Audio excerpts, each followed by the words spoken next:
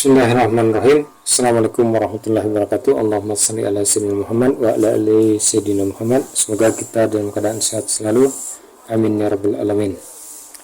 Video kali ini saya akan mencoba membahas sekaligus uji coba ya untuk perakitan SMPS yang cukup unik, sederhana karena dia tidak menggunakan IC tapi bisa menghasilkan daya dengan bisa ditingkatkan.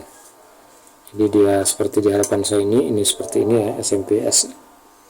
Jadi ini semacam adaptor untuk multi kegunaan di bidang elektronik, penyuplai daya DC, bisa juga untuk charger, SMPS keperluan lain dan lain sebagainya, tergantung dari keperluan. Jadi ini saya sudah rakit ya. Ini sengaja belum saya pasang trafo peritnya. Nah, di sini sepertinya trafo peritnya posisinya. Jadi karena belum saya pasang ini, sebab saya bisa ganti dengan perit yang lain, bisa juga yang ini. Jadi tinggal nanti akhirnya yang mana mau dipakai, tinggal di solder. Nah, sedangkan di sini nanti dipasang dioda untuk penyerah menjadi DC ya. Ini elko elektrolit untuk perata arusnya. Nah, kebetulan saya ini gunakan trafo perit bekas daripada Trapulas ya, SMPS Trapulas merek Rino, yang keluarannya ini kalau tidak salah 12 volt, ini 24 volt. Ini primer. Nah, jadi kebetulan sudah saya rakit. Sekarang kita uji coba ya hasilnya. Kita coba melalui bola lampu 100 watt dulu sebagai pengaman kalau terjadi konslet. Kemudian ini untuk sambungan ke trafo primer, sambungan primer,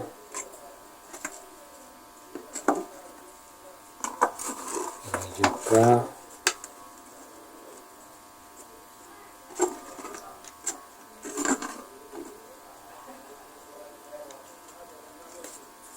kemudian ini kita coba 24 volt ya. Jadi ini kebetulan ada bola lampu ini untuk kegunaan kendaraan bermotor. Kalau saya lihat di tulisannya 25 watt, ini 12 volt ya. Jadi untuk pengaman, karena saya lupa ya, ini ada 24 volt, ini ada 12 volt. Saya takut lupa mana yang 12 volt, 24 volt. Jangan-jangan ini terpasang di 24 volt, sedangkan bola lampu ini 12 volt, nanti takut putus. Makanya saya gunakan pengaman dahulu melewati hambatan berupa resistor 10 ohm, 10 atau 8 ohm itu, kurang lebih ukurannya 20 watt itu. Oke, kita coba dahulu ya. Bismillahirrahmanirrahim. Nah, betul, ini berarti 24 volt, makanya dia nyala redup. Kalau di 12 volt dia tidak menyala sama sekali karena melewati hambatan resistor itu. Jadi kita coba yang 12 volt ya. Ini 12 volt. Jadi ini masih kondisi tegangan AC 12 volt, belum DC ya, karena belum ada dioda sama kapasitor.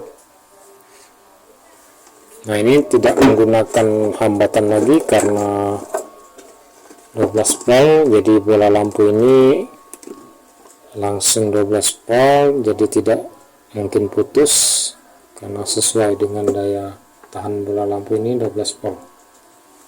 Sedangkan trafo sekunder ini keluarannya 12 volt. Oke, kita coba. Bismillahirrahmanirrahim. Nah, nyalanya seperti itu.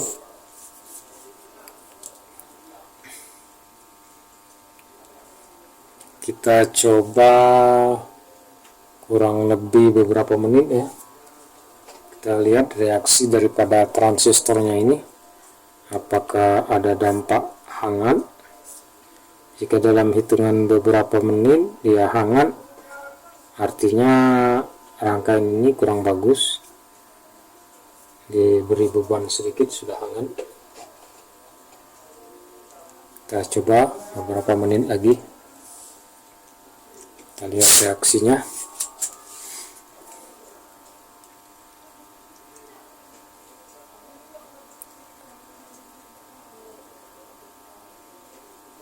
Kita tunggu ya.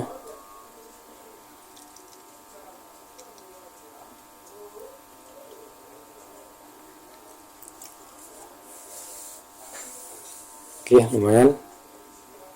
Oke, kita matikan dahulu atas transistornya. Ternyata tidak hangat pun tidak ya. Jadi dia biasa saja suhunya. Nah, disinilah istimewanya rangkaian ini ya.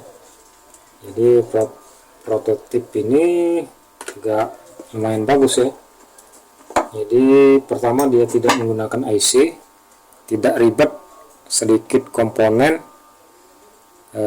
tapi hasil bisa diatur untuk pengeluaran wattnya ya. Nah, disinilah istimewanya komponen sedikit tanpa IC, untuk wattnya bisa diatur. Oke, kita bahas tentang skema ya.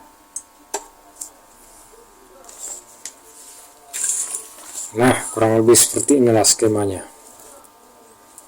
Jadi ini bagi para penggemar elektronik ini sudah bisa memahami ya. Jadi ini masuk 220 volt AC, ini dioda BRID, jadi dia bisa digunakan IN4007 atau juga tipe lain bisa digunakan seperti FR 2002 atau 2007. Nah, kemudian kita terus ke ini trafo osilator ya. Jadi trafo osilator ini dia bentuk toroid atau bundar dengan ukuran diameternya 10 mili ya, 10 mm. Nah, gulungan osilator untuk transistor 1 ini menggunakan 4 lilit, kemudian yang untuk transistor kedua saya gunakan 4 lilit, kemudian untuk penghasil tegangan utamanya 1 lilit, jadi 441 ya. Ukuran kawatnya saya lupa ya, perkiraan saya kurang lebih 0,3 kemungkinan 0,3 mili atau 0,3 mili, kecil ya. Tidak ada batasan sebenarnya ini, hanya saja kalau mau diukur pakai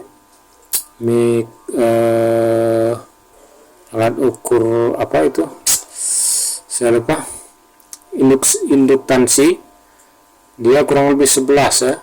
Kalau 4 lilit ini 0,11 mikrohenry ya.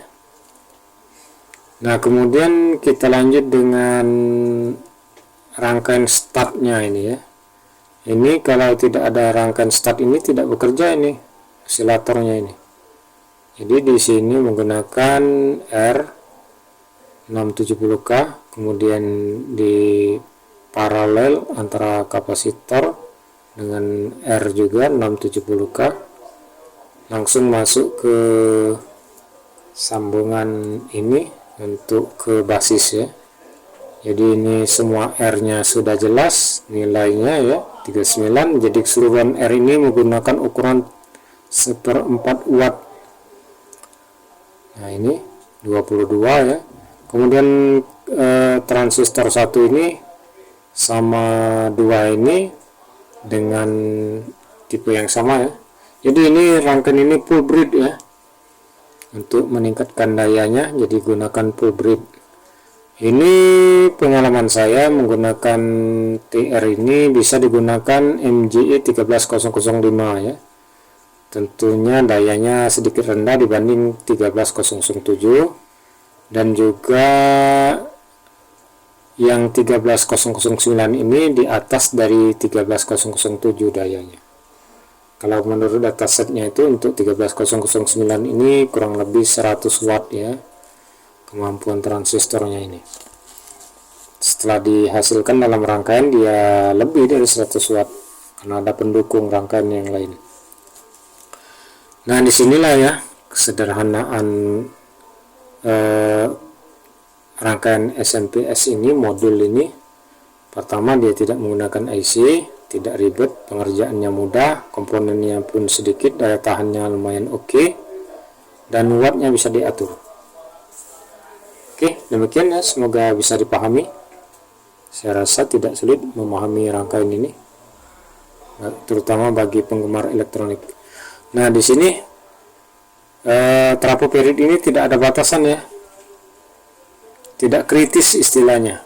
Artinya dari gulungan primernya juga mungkin berapa ya, saya lupa berapa pengukurannya. Nah, minimal paling tidak 60 lilit ini ya. Untuk batasan kawatnya ya minimal mungkin 0,3 mili bisa, sampai lebih juga bisa. Nah, untuk sekunder ya terserah kebutuhan berapa ampere ya. Nah, ukuran berdasarkan pengalaman saya juga, ukuran peritnya ini juga bisa toroidal, bisa E, dengan ukuran besarnya dari 19 sampai ke yang di atasnya juga bisa digunakan. Malahan pernah saya gunakan ini perit dari bekas sanggul TV tabung, bisa menyala. Artinya wattnya bisa lebih besar ya, karena menggunakan perit besar. Dan saya gunakan transistornya MGE 13009. Kalau yang ini saya menggunakan MGE 13007.